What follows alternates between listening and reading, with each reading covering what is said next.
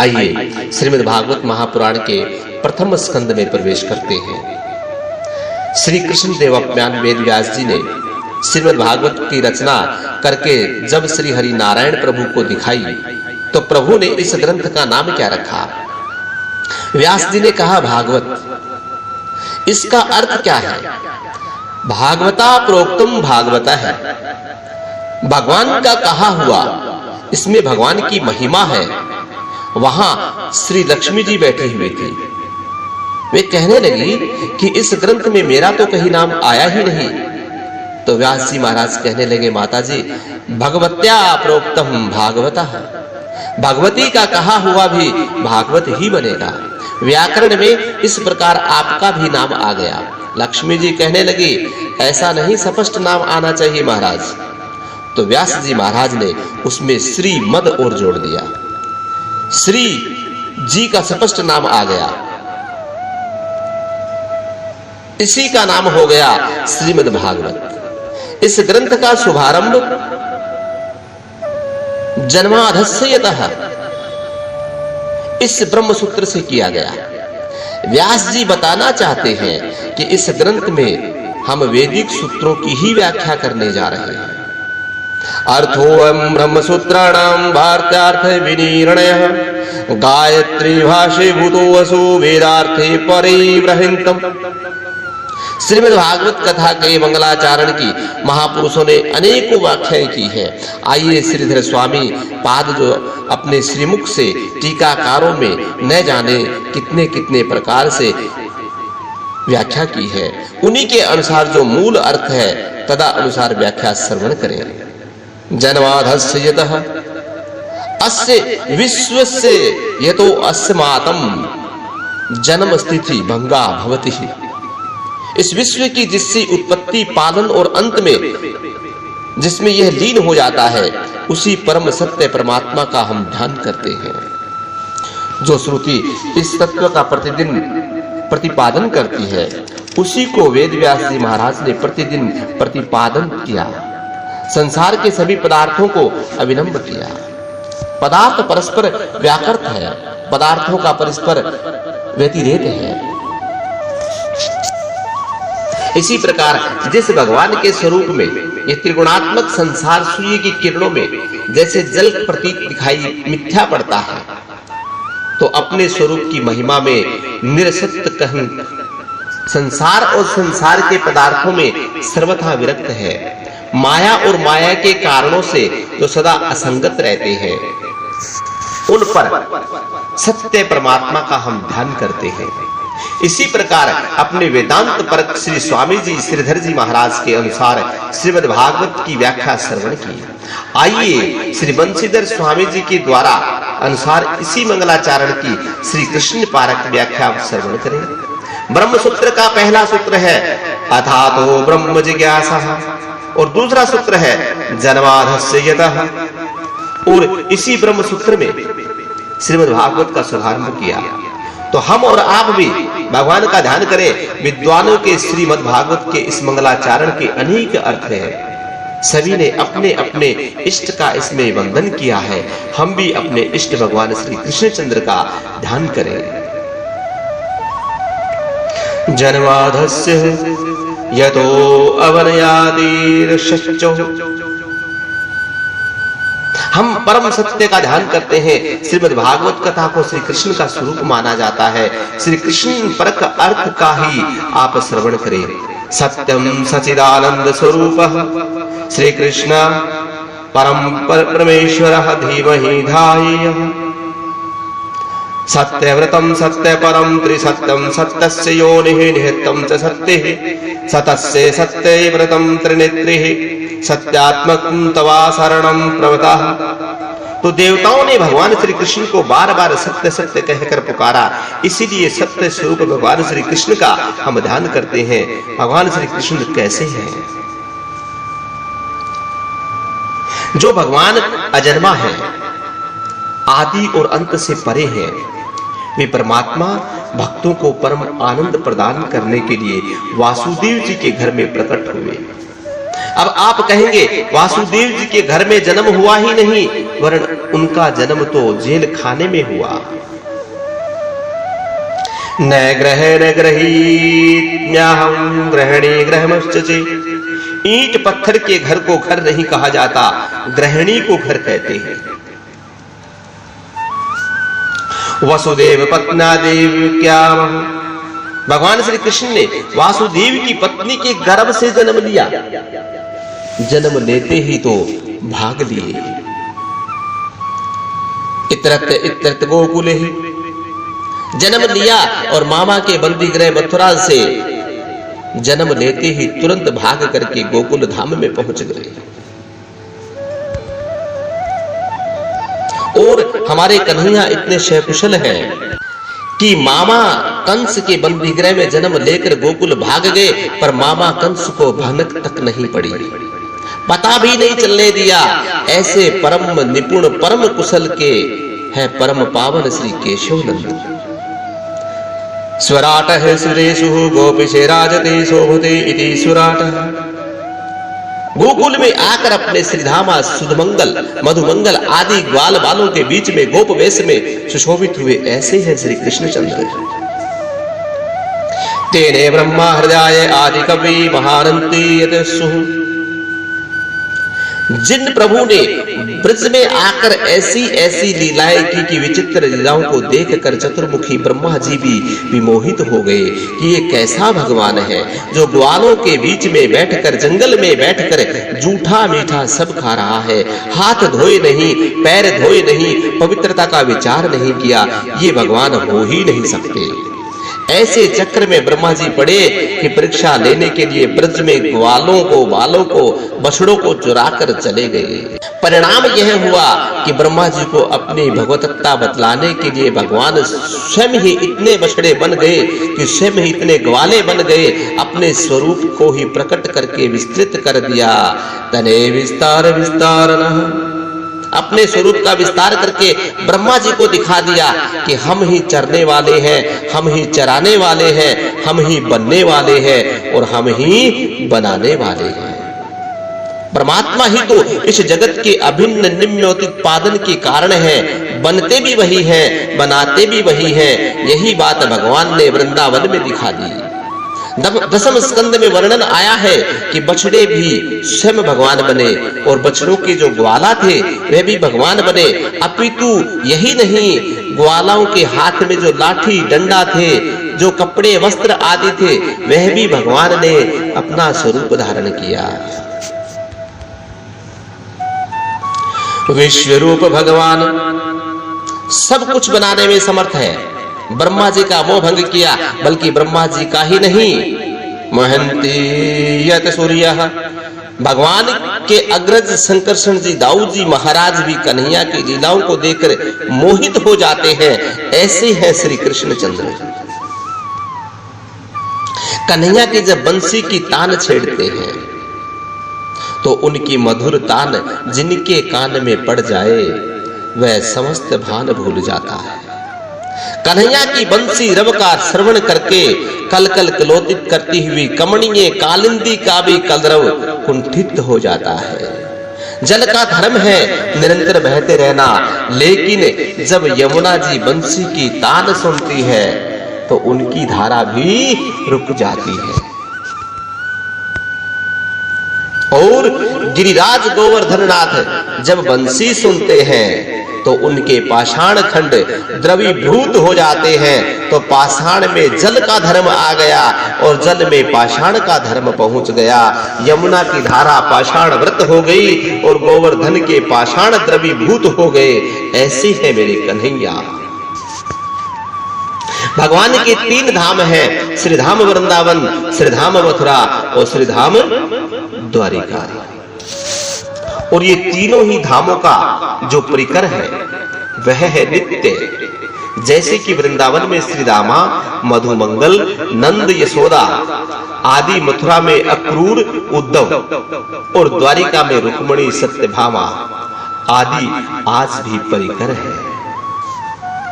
त्रिसंग समुष्यः सत्यः, उस सच्चिदानंद भगवान का समस्त परिकार भी सच्चिदानंद स्वरूप ही है। आपने वृंदावन में रासमंडली बुलाई तो रासाचार्य अकेले नहीं आएंगे, पूरे 10-20 पात्रों को साथ लेकर के फिर आते हैं। फिर रंगमंच पर आकर पात्र अपने अपने सदस्य घर को चले जाते हैं। इसी प्रकार ठाकुर जी भी पूरे परिकर के साथ पधारते हैं। द्वारपालों से यह कहा कि तुम हमारे दुश्मन बनकर पहुंचे हो, तो अभिनय दिया गया। सब अपना अपना अभिनय निभा रहे हैं। मोहन अपनी परिकर के साथ पधारते हैं और जिसको जो भूमिका दी जाए भगवान वही भूमिका उनको निभाने के लिए पात्र बनाते हैं। भगवान के मथुरा आदि धामों में निवास करने वाले भक्तजनों का भगवान संसार प्रपंच समाप्त कर देते हैं। ऐसे सच्चिदानंद स्वरूप परम परमेश्वर श्री कृष्णचंद्र जी का हम मिलकर सभी ध्यान करते हैं। अब द्वितीय श्लोक में व्यास जी अनुबंधित चतुष्टय का निरूपण करते हैं। श्रीमद् भागवत का विषय क्या है, श्रीमद् भागवत कथा सुनने का पात्र कौन है और श्रीमद् भागवत सुनने से लाभ क्या है। इसी श्लोक में धर्म प्रोषी कर्तुः परमो निवर्ते सदा,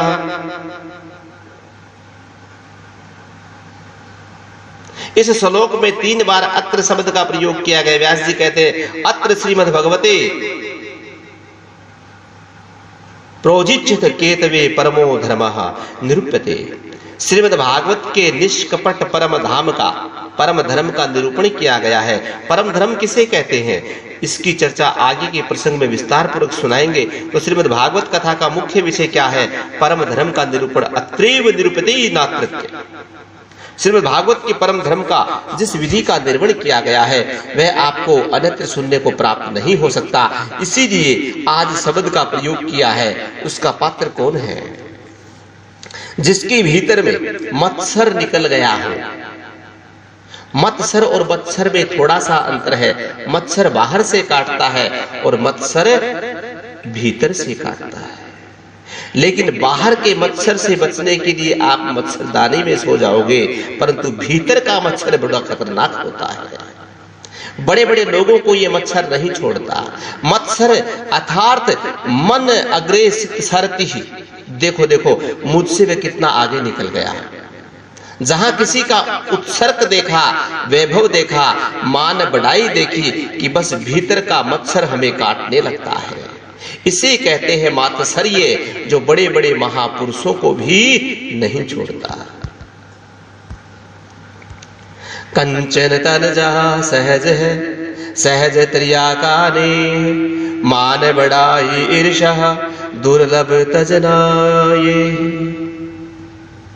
तो श्रीधर स्वामी पाद व्याख्या करते हैं भगवान सुनने का पात्र कौन है, जो निर्मत्सर हो गया हो, जिसकी हृदय में मात्सर्य चला गया हो। किसी की मान बढ़ाई, धन वैभव और प्रतिष्ठा आदि देखकर आपका मन प्रसन्न होने लग जाए, इसके ऊपर भगवान की कैसी कृपा हुई। भगवान की ऐसी कृपा सब पर करे, ऐसा भाव हृदय में आ जाए तो समझ लेना आप श्रीमद् भागवत के उत्तम पात्र बन गए। क्योंकि प्राय लोग अपने दुख से इतने दुखी नहीं हैं जितने कि दूसरे के सुख से दुखी हैं। हमारे घर अंधेरा है उसका हमें कष्ट नहीं है, परंतु पड़ोसी के घर में उजाला क्यों है इसका हमें कष्ट है। और ऐसी ही यदि प्रवृत्ति है तो भागवत की पात्रता प्राप्त नहीं हो सकती। गाय का दूध तो अमृत के समान होता है, पर थोड़े से खट्टे बर्तन में डाल दिया जाए तो वह दूध फट जाएगा, बर्बाद हो जाएगा। इसलिए भागवत का पूर्ण लाभ लेना हो तो अपने हृदय के अंदर जो मत्सर है उसको मारना पड़ेगा। अच्छा महाराज, हम पात्र बढ़िया बनाए और इस परम धाम के निरूपण करने वाले भागवत का श्रवण करें, उस सबसे फायदा क्या होगा? तो वेद व्यास जी महाराज लाभ गिनाते हैं। पुनः अत्र शब्द का प्रयोग किया। वेद वास्त्र मंत्रम अत्र वास्तव वस्तु वेदम। इस श्रीमद् भागवत कथा में वास्तव वस्तु का बोध कराया गया है। वास्तव वस्तु किसे कहते हैं? जगत, जीव, जगत और माया तीनों को वास्तव नाम से जाना जाता है। तो भागवत के श्रवण करने से जीव जगत और माया का बोध हो जाता है, जिसके बोध हो जाने से शिवदम जीव का कल्याण हो जाता है। शिव नाम है कल्याण का, जीव का कल्याण हो जाता है। और तापत्रयोर्मूलनम, वह संसार के देहिक देविक और भौतिक तीनों प्रकार के तापों से मुक्त हो जाता है। तो भागवत का मुख्य हेतु क्या है? जीव को अपने स्वरूप का बोध हो जाए और तापत्रय से विमुक्त हो जाए, परम आनंद को प्राप्त करे, यही भागवत का प्रयोजन और उद्देश्य है। अब व्यास जी महाराज दावा करते हुए कहते हैं, और अन्य साधनों से तुम्हें परमात्मा मिल जाते हैं, मिल सकते हैं, परमात्मा के दर्शन हो सकते हैं, परंतु की वहा परेश्वरा, साधन करते करते किसी काल में जाकर तुम्हें भागवत का साक्षात्कार होगा, भगवान के दिव्य आनंद की अनुभूति होगी। अभी कथा सुनी नहीं, केवल सुनने की इच्छा मन में प्रबल हो गई कि हमें कथा सुननी है, तो सुनने की उत्कंठा क्या करेगी? सुनने की उत्कंठा मात्र से उदय होता है। सुनने की उत्कंठा होते ही परमात्मा हृदय में आकर अवरुद्ध हो जाते हैं, विराजमान हो जाते हैं। व्यास जी के शब्दों पर ध्यान दें। यह नहीं कहा कि भगवान हृदय में विराजमान हो जाते हैं, अपितु सधो हृदय विरुद्धते, शीघ्र ही भगवान हृदय को अवरुद्ध कर देते हैं, अवरुद्ध हो जाते हैं। अभिप्राय कि भगवान आने के बाद भागना भी नहीं चाहते।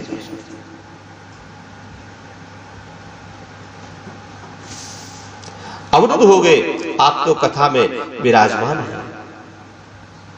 जब मन हो बैठे, जब मन आए उठकर चले दिए, और जब कहीं द्वार बंद कर दिया जाए, मान लो कथा चल रही हो और द्वार को बंद कर दिया जाए, आप अंदर बैठे हो, नियम है कि कथा संपन्न होगी तभी ये द्वार खुलेगा, फिर आपकी विराजमान नहीं कहा जाएगा, फिर आपको अवरुद्ध कहा जाएगा। मतलब आपको बंधी बना दिया गया है और आप फंस गए हैं कि क्या करें।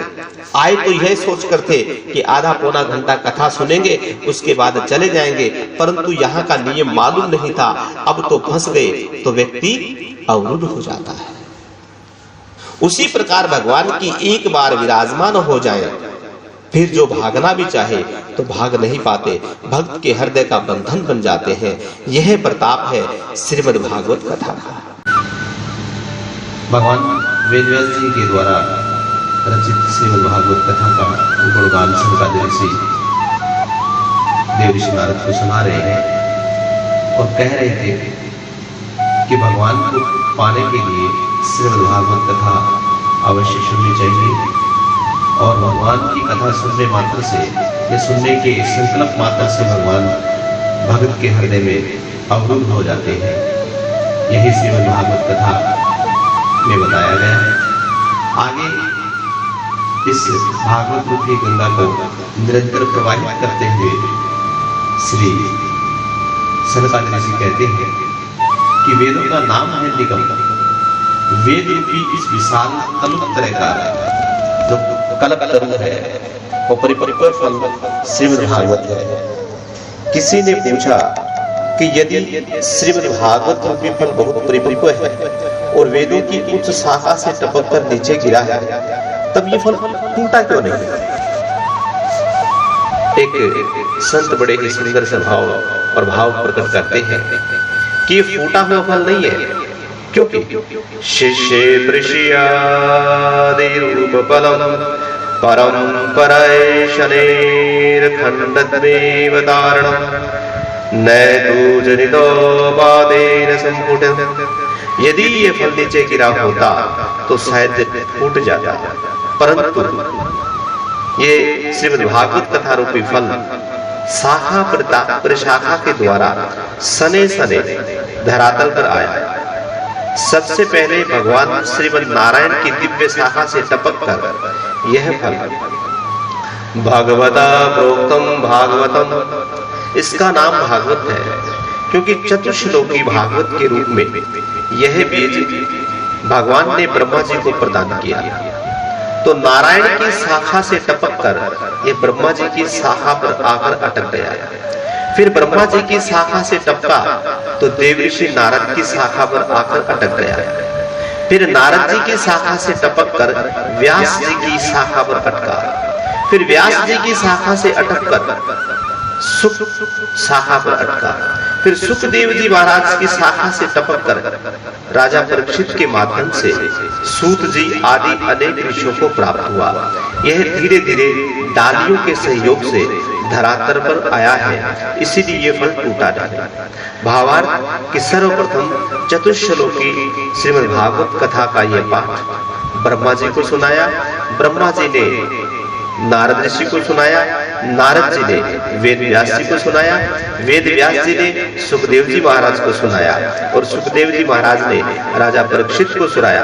और इसी के माध्यम से ये घूमता हुआ ऋषियों को प्राप्त हुआ और आज यह फल हम सबके बीच में विराजमान है। यथावत जो का जो ये फल धरातल पर उपलब्ध हो गया है। किसी ने पूछा वेद व्यास जी महाराज से कि हे व्यास जी महाराज, आपका फल तो बड़ा सुंदर है और पका हुआ भी है, परंतु खट्टा निकल पड़ा तब क्या होगा? फल खाने में अच्छा लगता है, वही जो मीठा होता है, तो फल तो मीठा होना चाहिए। वेद व्यास जी महाराज कहते हैं फल एकदम से मीठा है।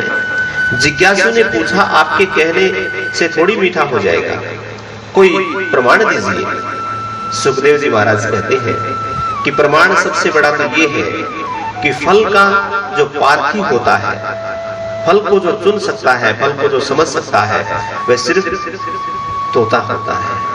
और तोता जिस फल को चोंच मार दे तो आंख मूंद करके ये विश्वास कर लेना चाहिए कि ये फल बहुत ही मीठा है।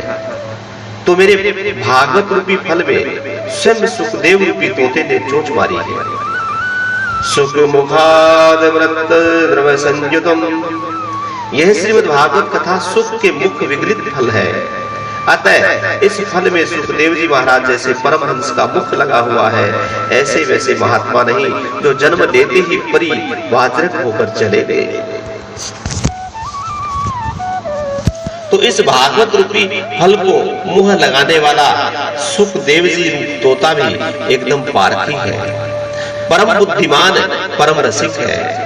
और इस फल में ऐसे विशेषज्ञ तोता की चोंच लगी है तो खट्टा होने का प्रश्न ही नहीं होता। पुनः एक जिज्ञासु ने पूछा कि हे वेदव्यास जी महाराज, फल बहुत मीठा है, यह बात भी मान लेते हैं, परंतु इस फल में रस कौन सा है? आम का रस है तो आम रस होगा, उससे बनाया जाता है। भागवत यदि फल है तो इसका रस कैसा है? अमृत परमानंद सैव द्रवो रसः, परमात्मा को श्रुतियों में रस रूप में ही ये प्रतिपादन किया गया है। रसो वेसः रसहव्यः नवमन्ति भवति, वह परमात्मा स्वरूप है और परमात्मा का ही रस रूप है। वही परमात्मा रूपी इस रस, इस भागवत रूपी फल में भरा हुआ है। कृष्ण रस से परिपूर्ण ये फल है। भगवान श्री कृष्ण चंद्र के मधुर चरित्र ही इसमें रस रूप में विद्यमान है। स्वयं परमात्मा का ही ये वाग्मय मूर्ति है। ये श्रीमद् भागवत वह रस राज श्री कृष्ण ही इसमें रस रूप में विराजमान है। अतः वेद व्यास जी महाराज कहते हैं इस भागवत रूपी फल को पी जाओ। पुनः फिर एक जिज्ञासु ने कहा, जय हो महाराज, आप भी बड़ी विचित्र बात करते हो। फल को खाया जाता है, फल को पिया नहीं जाता। चूसा जाता है फल को, पर पिया नहीं जाता। पीने वाला फल तो आज तक कोई पृथ्वी पर है ही नहीं। व्यास जी महाराज कहते हैं, भाई आप चूसने की और खाने की बात करते हो, तो चूसने और खाने के लिए वह फल होता है जिसमें छिलका और गुठली हो, परंतु साक्षात श्री कृष्ण शब्द का इसमें विग्रह है। अतः इसमें फेंकने वाली कोई चीज है ही नहीं, ना इसमें छिलका है, ना इसमें गुठली है, आदि ऐसी कोई चीज नहीं जिसको फेंक दिया जाए। वेद व्यास जी महाराज कहते हैं इसको पियो और बारंबार पियो। जितनी बार पी सकते हो उतनी बार पियो। पीते पीते जब तक रस में तुम स्वयं रस रूप रस मगन न हो जाओ, तब तक इस रस को पीते रहो। उतनी बार पियो कि पीते पीते स्वयं भी रस बन जाओ। फिर एक जिज्ञासु ने पूछा कि ठीक है महाराज, तो आप एक बात बताएं, ये किस किस को पिला रहे हैं? वेद व्यास जी महाराज ने दो नाम पुकारे, अहो रसिका भवि भावुका। अरे रसिको, अरे भावुको, आओ तुम्हारे लिए एक अमृत तैयार किया है, इसे पियो। जिज्ञासु ने पूछा महाराज, और कोई पी सकता है इसको या नहीं? इन दो लोगों को ही क्यों पुकारा आपने? वेद व्यास जी महाराज कहते हैं, नहीं नहीं, प्याऊ तो सार्वजनिक है, जो आवे सो पानी पिए। लेकिन दो नाम तो मैंने उनके लिए कहे हैं जिनको ज्यादा प्यास लगी है, और पानी का महत्व वही जान सकता है जिसको प्यास लगी हो। जिसे प्यास न हो उसे अगर हठात ही बुलाया जाए कि आओ बाबूजी आप पानी पी लो, पानी बहुत मीठा है, मीठा पानी पी कर जाओ, तो बाबूजी पानी नहीं पिएंगे, क्योंकि उन्हें प्यास नहीं है। और अगर किसी भाववश वो पानी पीने के लिए आ भी गए तो प्रश्नों की झड़ी लगाएंगे। अरे भैया पानी तो पी लेते हैं, पहले ये बताओ पानी बिल्कुल शुद्ध है ना? कहां से भर के लाते हो पानी? कुआं से लेके आए हो या बावड़ी से लेके आए हो या नल और तालाब से भरते हो? ये पानी है कहां का? इतने प्रश्न कर डाले कि पानी को छुआ तक नहीं। ये प्रश्न इसलिए हो रहे हैं क्योंकि महात्स्य जी को प्यास नहीं है। इसीलिए अगर वही महाशय जी किसी रेगिस्तान में फंस जाए और प्यास मुंह के मारे चिपका जा रहा हो, कोसों कोसों दूर तक पानी का दर्शन नहीं हो रहा हो, उस क्षण अगर कोई अचानक आकर कह दे, हाँ भैया क्या पानी पियोगे, तो छान कर या माज कर या भरा हुआ या कुएं से भरा हुआ, ऐसे अनेक प्रश्न उनके दिमाग में नहीं आएंगे। उन्हें सिर्फ पानी की आवश्यकता है, वो उस पानी को पी जाएंगे। उसी समय वह प्यासा पानी का महत्व समझता है। इसीलिए वेद व्यास जी महाराज कहते हैं, ये दिव्य कथा अमृत प्रभु के चरित्रों का अमृत है, पर जो पिपासु है अर्थात जो भगवान के नाम का प्यासा है, वही इसका महत्व समझ पाएंगे। रसिकों को भावुकों का नाम इसलिए लिया क्योंकि श्री कृष्ण अमृत कथा अमृत पान करने के लिए आतुर है, पिपासु है।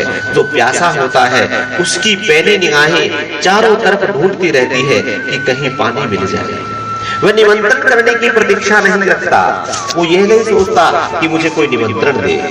रसिक तो पागलों की तरह भागते रहते हैं, कहीं भी मिले कैसे भी मिले हमें तो पीना है। इसीलिए वेद व्यास जी महाराज ने रसिक और भावुकों का आह्वान किया। नैमिषारण्य की पावन भूमि में सोनकादि 88,000 महात्माओं का 1 वर्ष का सत्संग सत्र चल रहा है। ध्यान दीजिए, 1 वर्ष तक। और जहां एक नैमिष का महत्व है वह नैमिषारण्य है। जिस भूमि में जाकर इस चंचल मनस चक्र को शांति मिले वही नैमिषारण्य है। ब्रह्मा जी का भेजा चक्र यहीं पर गिरा था, इसीलिए चक्र तीर्थ बना, वही नैमिषारण्य कहलाया जाता है। परंतु हमारा भी मनस चक्र चलकर जहां शांत हो जाए वही भगवान की कथा सबसे पावन भूमि हो जाती है। मन का विग्रह करना इतना सरल नहीं, परंतु भगवान के चरित्र इतने मधुर हैं कि हठात ही जीव के मन को बड़ी सरलता से खींच लेते हैं। इसीलिए हमारे कन्हैया 3 जगह से टेढ़े। मल्लाह को मछली पकड़ते तो आपने कहीं देखा होगा, जिस कांटे से वे मछली को पकड़ते हैं उस कांटे को वंशी कहते हैं। टेढ़े कांटे में खाद्य पदार्थ लगाकर पानी में छोड़ देते हैं। जहां मछली ने खाया कि कांटा चुभ गया, बंसी में वह मछली फंस गई। अब चाहे कितनी भी छटपटाते रहे परंतु वह बचने वाली नहीं है। मल्लाह डोरी से खींच लेता है और विषाशक्त जीव का मन परमात्मा की ओर लग जाता है। अभिमुख होता नहीं तो परमात्मा फिर धराधाम पर सुंदर लीला पुरुषोत्तम श्री कृष्ण बनकर प्रकट हुए। 3 जगह से वे टेढ़े हैं ताकि यह जो जीव का चंचल विषय अनुरागी मन है उसे सहजता से अपनी ओर खींच सके। इसीलिए भगवान का नाम भी कृष्ण है। कृष्णति इति कृष्णः, जो जीव के मन को हठात अपनी ओर खींच ले उसका नाम है कृष्ण। कृष्ण शब्द के कै के नीचे भी री लगाई है, वह भी मछली को पकड़ने वाले बंसी की तरह टेढ़ी है। मल्लाह के पास वह कांटे की बंसी है जिससे मछली फंसती है और जिनके मन को फंसाना चाहते हैं उसे अपनी बंसी बजाकर भगवान फंसा लेते हैं। महाराष्ट्र में गोपियों के मन में बंसी बजाकर ऐसा खींचा कि उनके बढ़िया सरलतम साधन को दूसरा सफल ही संभव ही नहीं है। 1000 वर्ष तक नैमिषारण्य की पावन भूमि में यह सत्संग सत्र चलता रहा। भगवत चर्चा करते हुए सूत जी व शौनक आदि का संवाद के माध्यम चल रहा था। आज शौनक आदि ने 6 प्रश्न किए और उन्हीं प्रश्नों के उत्तर में संपूर्ण श्रीमद् भागवत कथा का श्रवण कराया। सूत जी महाराज शौनक आदि ऋषि से 6 प्रश्न कौन से करते हैं, आइए सुनिए। पहला प्रश्न किया कि महाराज प्राणी मात्र का कल्याण कैसे होगा। दूसरा प्रश्न किया, शास्त्र बहुत है लेकिन मनुष्य के पास समय कम है, इसीलिए समस्त शास्त्रों का सार क्या है। भगवान तीसरा प्रश्न किया, भगवान यदि सर्व समर्थ जगदीश्वर है तो अवतार क्यों लेते हैं। जिनके संकल्प से संसार का सृजन होता है तो उनके संकल्प से दुष्टों का विनाश भी हो सकता है, तो भगवान अवतार क्यों लेते हैं। यदि इनकी इच्छा मात्र से शत्रु का संहार हो सकता है तो फिर स्वयं आने की उनको आवश्यकता कौन सी पड़ी। उस परमात्मा का जन्म क्यों होता है, ऐसे प्रश्न किए। चौथा प्रश्न किया, यदि भगवान के अवतार लिए तो भगवान ने कितने अवतार लिए, कहां और किस रूप में प्रभु ने अवतार लिए। पांचवा प्रश्न किया, जीवन का परम लक्ष्य क्या है। और छठा प्रश्न किया, भगवान धर्म की स्थापना के लिए आते हैं परंतु जब भगवान लीला संपन्न करके चले जाते हैं तो फिर धर्म किसकी शरण में जाता है। धर्म कै शरणं गतः। यही 6 प्रश्न सूत जी महाराज शौनक आदि से किए। इन 6 प्रश्नों को सुन करके सूत जी महाराज प्रसन्न हो गए और बोले कि महात्माओं, पहले हम अपने गुरुदेव भगवान का ध्यान कर ले, तब आपके इन 6 प्रश्नों का उत्तर देंगे। सूत जी महाराज ने सुखदेव जी महाराज का 2 श्लोकों में ध्यान किया। इन 2 श्लोकों में सुखदेव जी महाराज का ध्यान किया।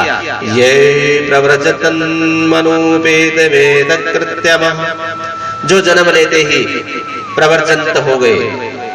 वर्जगतो धातु में प्रय उपसर्ग लगा हुआ है जिसका वैराग्य उच्च कोटि का है और विपरीत स्थिति हो तो वैराग्य बहुत लोगों को चढ़ जाता है, परंतु सुखदेव जी महाराज का तो सहज व स्वाभाविक वैराग्य है। जब पैदा हुए तो पिताजी पुत्र पुत्र कहकर वात्सल्य उड़ेल रहे थे, फिर भी वन की ओर सुखदेव जी महाराज चले जा रहे थे। जिनका उपनयन संस्करण भी अभी तक नहीं हुआ, परमात्मा जी ने दर्शन देने आशीर्वाद देने मां के गर्भ में पहुंच गए और कहा कि बेटा तुझे मेरी माया कभी प्रभावित नहीं करेगी, तो निश्चिंत होकर आ जा। तभी मां के गर्भ से सुखदेव जी महाराज बाहर निकले। अन्यथा जीव को मां के गर्भ में ज्ञान तो तब सब रहता है कि हम कौन है क्या है, पर जहां मां के गर्भ से जीव बाहर आया कि माया उसे लपेट देती है और सारा ज्ञान भूल जाता है। भूमि परत बाड़ा बर पानी जिमे जी वही माया लपटानी। जैसे निर्मल जल की धारा धरती का स्पर्श करते ही मलिन हो जाती है, ऐसे ही जीव जन्म लेते ही माया में मलिन हो जाता है। इसीलिए सुखदेव जी महाराज गर्भ में बाहर नहीं आ रहे। जब भगवान ने जाकर के गर्भ में उनको दर्शन दिया और आशीर्वाद दिया, माया को सब को ही भजे पर माधव भजे न कोई, जो कदापि माधव भजे तो माया चेरी न हो। जो माधव का दास बन गया माया उसकी दासी बन जाती है। माया उसका कुछ नहीं बिगाड़ सकती। माया में जो नाच रहा है वह जीवात्मा, और माया के बीच रहकर भी जो निर्लिप्त हो जाए वही महात्मा है। और माया को जो भी अपने इशारे पर नचावे वह परमात्मा है। तो सुखदेव जी महाराज विशुद्ध महात्मा है। विरह से कातुर कृष्ण देवप्यान वेद व्यास जी महाराज पुत्र पुत्र कहकर पुकारते जा रहे हैं। जब जोर से कहते बेटा, तो जंगल में वृक्षों की प्रतिध्वनि भी निकलती है, बेटा बेटा। ऐसा लग रहा है कि जैसे व्यास जी के विरह को देखकर जंगल के वृक्ष भी विरहित हो गए हैं। और व्यास जी के स्वर में स्वर मिलाकर के सभी वृक्ष भी बेटा बेटा कहना प्रारंभ कर देते हैं। ऐसे सर्वभूत हृदय सम्राट श्री सुखदेव जी महाराज के पाद पद्मों में हम सब बारंबार प्रणाम करते हैं। जिन सुखदेव जी महाराज ने समस्त श्रुतियों का मंथन करके एक सार रूप निकाल दिया, समस्त श्रुतियों का मंथन करके अध्यात्म का एक दीप प्रज्वलित किया, तो साधारण अज्ञान के अंधकार में भटकते हुए रास्ता ढूंढ रहे थे पर दिखाई नहीं दे रहा था। उन्हें मार्ग दिखाने के लिए सुखदेव जी महाराज ने यह श्रीमद् भागवत कथा का सुंदर दीपक प्रज्वलित किया। अंधकार में भटके हुए जीवों पर करुणा करके ही संसारियों पे अनुग्रह करने के लिए उन्होंने ये दीपक जलाया। और ऐसे व्यास पुत्र सुखदेव जी महाराज के पाद पद्मों में हम बारंबार प्रणाम करते हैं। भगवान नर नारायण तथा भगवती सरस्वती एवं व्यास जी का स्मरण करके ही वेद व्यास जी महाराज के शास्त्रों का वर्णन करना चाहिए। नारायणं नमस्कृतं नरं चैव नरोत्तमं देवी सरस्वती व्यास ततो जयमुदीरयेत। उन सब का स्मरण करने के बाद सुखदेव जी महाराज कहते हैं, मुने साधु पृष्ठो भवभदी लोक मंगलम। हे ऋषियों, तुमने जो प्रश्न किए हैं वह अपने लिए नहीं, ये लोक मंगल के लिए किए हैं। ऋषियों, तुमने ये जो बड़े सुंदर प्रश्न किए हैं, अब ध्यान से उनका उत्तर सुनो। जीव मात्र का परम धर्म क्या है? सैवे कुसाम परो धर्मो यते भक्तिर्धोधक्षो। जीव मात्र का परम धर्म एक है, भगवान के चरणों में प्रेम करना। परंतु वह भगवान का प्रेम कैसा होना चाहिए? भगवान के प्रेम तो हम सब करते हैं, परंतु कब करते हैं? जब कोई काम पड़ता है, जब कोई विपत्ति आ जाती है। भक्ति कैसी होनी चाहिए? अहेतु की हेतु रहित निष्काम भक्ति होनी चाहिए, और निष्काम होने के साथ साथ निष्कपट भी होनी चाहिए। ये भक्ति के दो विश्लेषण है। भक्ति में कोई कामना नहीं होनी चाहिए। आपत्ति विपत्ति में ही भगवान याद आए ऐसा नहीं होना चाहिए। प्रति क्षण स्वाभाविक भगवान के प्रति प्रेम होना चाहिए। जैसे माँ का पुत्र के प्रति स्वभाव प्रेम होता है, चाहे वह घर में रहे या परदेश में रहे, माँ तो अपने पुत्र को हमेशा वैसा ही प्रेम करती है, चाहे वह बच्चा हो, चाहे वह जवान हो जाए, चाहे वह वृद्ध अवस्था में हो जाए। जैसे प्रदेश में गए हुए प्रीतम का उसकी प्रिया स्वाभाविक चिंतन करती है, ऐसे ही भगवान के प्रति स्वाभाविक प्रेम होना चाहिए। सूर्य उदय होने पर कमल क्यों खिलता है और चंद्र उदय होने पर कुमुदनी क्यों विकसित होती है? इसका कोई जवाब नहीं, इसका स्वाभाविक प्रेम है। तो ये जैसे सहज प्रीति इनमें होती है, ऐसी प्रभु के प्रति हमारी सहज प्रेम और प्रीति हो जाए, सर्वार्थ भरी प्रीति नहीं। हम ये जितने भी अनुष्ठान करते हैं उनका फल क्या होता है? वास्तविकता ये है कि धर्म का अर्थ ये नहीं है कि अगर हम कोई पाठ, भक्ति या पूजा या अनुष्ठान कर रहे हैं और उसके लिए हम भगवान से प्रार्थना करें कि हे प्रभु हमें धन मिल जाए। धर्म का उद्देश्य होता है अपवर्ग की प्राप्ति, अपवर्ग अर्थात मोक्ष की प्राप्ति। अपवर्ग का अर्थ मोक्ष होता है और मोक्ष का नाम ही अपवर्ग क्यों है? अपगतावर्ग अपवर्ग, जहां पर कोई वर्ग का अर्थ मोक्ष होता है।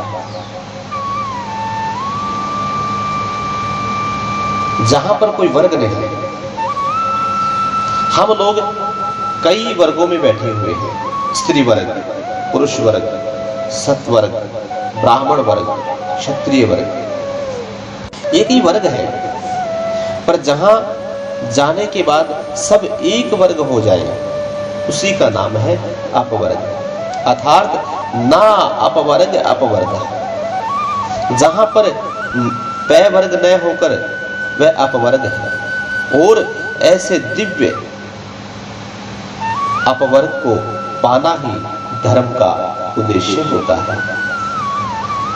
भगवान ने अर्थ दिया है कि धर्म करो, धर्म अर्थ के लिए ना करो। अर्थ मतलब धन, अर्थ का उद्देश्य तो धर्म है और धर्म का उद्देश्य अर्थ नहीं है। धर्म से धर्म ही करना चाहिए और जितनी आवश्यकता हो उतना विषय का सेवन भी करना चाहिए। शरीर पर बिल्कुल ध्यान नहीं दोगे तो ये शरीर किसी मतलब का नहीं रह जाएगा, रोगों का घर बन जाएगा ये शरीर। तो शरीर का भी ध्यान देना चाहिए,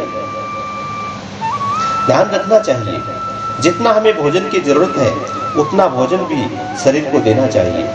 सर्दी गर्मी में आवश्यकता के अनुसार बचना भी चाहिए। विषय की भी आवश्यकता है, परंतु वह विषय इतने ना हो कि जिससे शरीर यात्रा सुगमता से ना चले। इतना होना चाहिए वह विषय कि शरीर की जो यात्रा है वह सुगमता से चली जाए। इंद्रियों की दासता न करे, हम विषयों का दास इंद्रियों को ना बनने दें। इंद्रियां हमारे अनुसार चले, न कि हम इंद्रियों के अनुसार चले। कामस्य न इंद्रिया प्रति, इस जीवन रथ से में 10 घोड़े हैं और 10 घोड़ों की लगाम स्वतंत्र कर दी जाए तो क्या होगा? यदि किसी गड्ढे में गिरेगा तो जरूर गिरेगा, क्योंकि उन घोड़ों की लगाम को हमने छोड़ दिया है। पूर्ण नियंत्रण यदि उन घोड़ों का अपने हाथ में होगा तो वे गड्ढे में नहीं पड़ेंगे। इसी प्रकार से पूर्ण नियंत्रण अपने हाथ में उन घोड़ों का रखना चाहिए, अर्थात हम जो देखना चाहें वही हम देखें। ऐसा ना हो कि जो आंख देखना चाहे वह हम देखें, हम जो सुनना चाहें वह कान सुने। ऐसा ना हो कि जो कान सुनना चाहे वह हम सुने। हम जो करना चाहते हैं या जो कहना चाहते हैं वही वाणी कहे। ऐसा ना हो कि वाणी जो कहना चाहे वही हम करें, वह हम करें। कुल मिलाकर के ये समझिए कि ये घोड़े हमारे नियंत्रण में ही रहे, हम घोड़ों के नियंत्रण में ना चले। जो इंद्रियों की दासता के लिए हम विषय का सेवन न करें। जिंदगी जीवन की यात्रा के लिए विषय सेवन करें। अब प्रश्न उठता है महाराज, जीवन का उद्देश्य क्या है? जीवस्य तत्व जिज्ञासा नारथो यश्चे कर्म भी। बहुत कर्म कर लेना जीवन की सार्थकता नहीं है, क्योंकि बहुत कर्म करने के बाद भी जब तक तत्व ज्ञान नहीं हुआ तब तक जन्म और मरण तो चलता ही रहेगा। इसीलिए जीवन का परम लक्ष्य है उस परम तत्व को जान लेना, क्योंकि उस परम तत्व को जाने बिना जन्म मरण की यात्रा समाप्त नहीं हो सकती। प्रश्न उठता है कि वह तत्व क्या है, क्या चीज है वह तत्व? किस तत्व को जानने की बात कर रहे हैं महाराज आप? तो तत्व की परिभाषा समझें। तत्व एक ही है, लेकिन एक सदिव्यः भूता वदन्ति तत्वति विदस्तत्व यज्ञानमद्यामः ब्रह्म होति परम ममोति भवगर्त शब्दति। एक तत्व को तत्ववेता विविध नामों से पुकारते हैं। ज्ञानियों से कहो तो वे उसी तत्व को ब्रह्मा कहेंगे या ब्रह्म कहेंगे। योगियों से कहो तो वे उसी तत्व को परमात्मा कहेंगे। भक्तों से कहो तो भक्त उसी तत्व को भगवान कहेंगे। तत्व एक है, सगुण निरंकार है, वही सगुण और साकार है। उदाहरण समझे। बिजली एक है, पहले वह व्यापक थी, तब हमारे अनुभव में नहीं थी, परंतु जब बिजली का अस्तित्व तो था, वैज्ञानिकों ने यांत्रिक पद्धतियों के द्वारा, उन मशीनों के द्वारा बिजली को प्रकट किया। पहले बिजली निर्गुण निरंकार रूप में व्याप्त थी, परंतु अनुभूति नहीं हो रही थी। तो जो बिजली है वह ब्रह्म का स्वरूप है। समझिए, निर्गुण निरंकार विद्युत अब यांत्रिक मतलब मशीनों की पद्धतियों के द्वारा वैज्ञानिकों ने बिजली को बना लिया। बिजली तैयार हो गई। अब बिजली के तार को हाथ लगाए तो भयंकर करंट लगेगा। उसमें करंट आ गया। अब आंखों से वह करंट दिखाई नहीं दे रहा कि बिजली कैसी है, उसका स्वरूप कैसा है, परंतु उसमें गुण आ गया। यह विद्युत का सगुण निरंकार रूप है।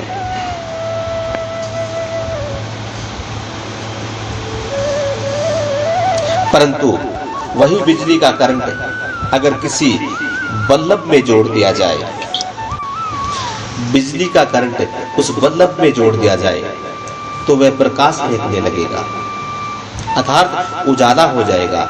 अब बिजली का रूप भी समझ में आ गया। जहां बल्ब जलता देखा तो हमने कह दिया कि बिजली आ गई।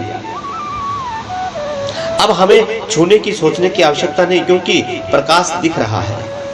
तो जो पहले बिजली व्यापक थी वह निर्गुण निरंकार थी, बनकर जब तारों में प्रवाहित होने लगी तो वह सगुण और निराकार थी, और बल्ब में जैसे ही प्रकाशित होने लगी तो वह सगुण और साकार हो गई। ऐसे ही जब वह निर्गुण निरंकार तत्व था तो ब्रह्म के रूप में था, सगुण निराकार रूप में तो परमात्मा के रूप में घट घटवासी बन गया, सबका संचालन करने लगा। और वही राम कृष्ण नरसिंह दिव्य रूप धारण करके हमारे बीच में प्रकट होकर के नाचने लगा, गाने लगा। तो वही तत्व को हम भगवान कहने लगे। यदि वह बिजली का प्रकाश के रूप में प्रकट न होता तो बिजली हमारे कोई मतलब की नहीं थी, प्रकट भी होना चाहिए। इसलिए वही अपना दिव्य रूप बनाकर जब प्रकट होता है तो भगवान हमारे बीच में आंखों के विषय बन जाते हैं। शेष गणेश महेश दिनेश सुरेश हुजाहि निरंतर ध्यावे। पर वही जब प्रकट होकर हमारे बीच में आया तब ताही अहीर की छोहरिया छचिया भर छाछ पे नचावे। कहां तो वह ब्रह्म ध्यान में नहीं आ रहा था, और आज ब्रज की ग्वालिनियां कहती है कि हे कन्हैया बढ़िया ठुमका मारकर नाच दे तो ताजो ताजो माखन खुआऊंगी। तो वही परम तत्व ठुमक ठुमक कर नाच नाच कर ब्रजवासियों के मन को मुग्ध कर रहा है। भक्तों को परम आनंद प्रदान करने के लिए वही परम तत्व प्रकट भी होता है। अब प्रकट होने के कई रूप हैं। राम जी के रूप में प्रकट हुए, श्याम जी के रूप में, वाराह के रूप में, कपिल भगवान के रूप में, अनेक रूपों में वह प्रकट हुआ। मुख्य रूप से भगवान के 24 अवतार हुए। वैसे तो भगवान के अनंत अवतार हैं। अवतार के कई भेद हैं, जैसे शेषा अवतार, अंशा अवतार, अवशेषा अवतार, कला अवतार और पूर्णा अवतार। तो कोई अवशेषा अवतार है तो कोई अंशा अवतार है, परंतु एतो चाश कला कुश कृष्णस्तु भगवान स्वयं। भगवान श्री कृष्ण का जो और श्री रामचंद्र का परिपूर्ण अवतार है। चकार शब्देन रामो पियज्ञः एते चाशम। तो चयकार शब्द में इससे जुड़ा है। तो चयकार के द्वारा सूत जी महाराज श्री रामभद्र को ही पूर्णा अवतार स्वीकार कर रहे हैं। तो श्री राम जी और कृष्ण अवतार का ही पूर्णा अवतार है। बाकी कोई कई अवशेषा अवतार है, तो कोई अंशा अवतार है, तो कला अवतार है। अब रसिकों की अपनी अपनी उपासना है। भक्तों की रसिकों की अपनी अपनी उपासना है। वो किस रूप में वह परम तत्व उन्हें ज्यादा आनंद देता है।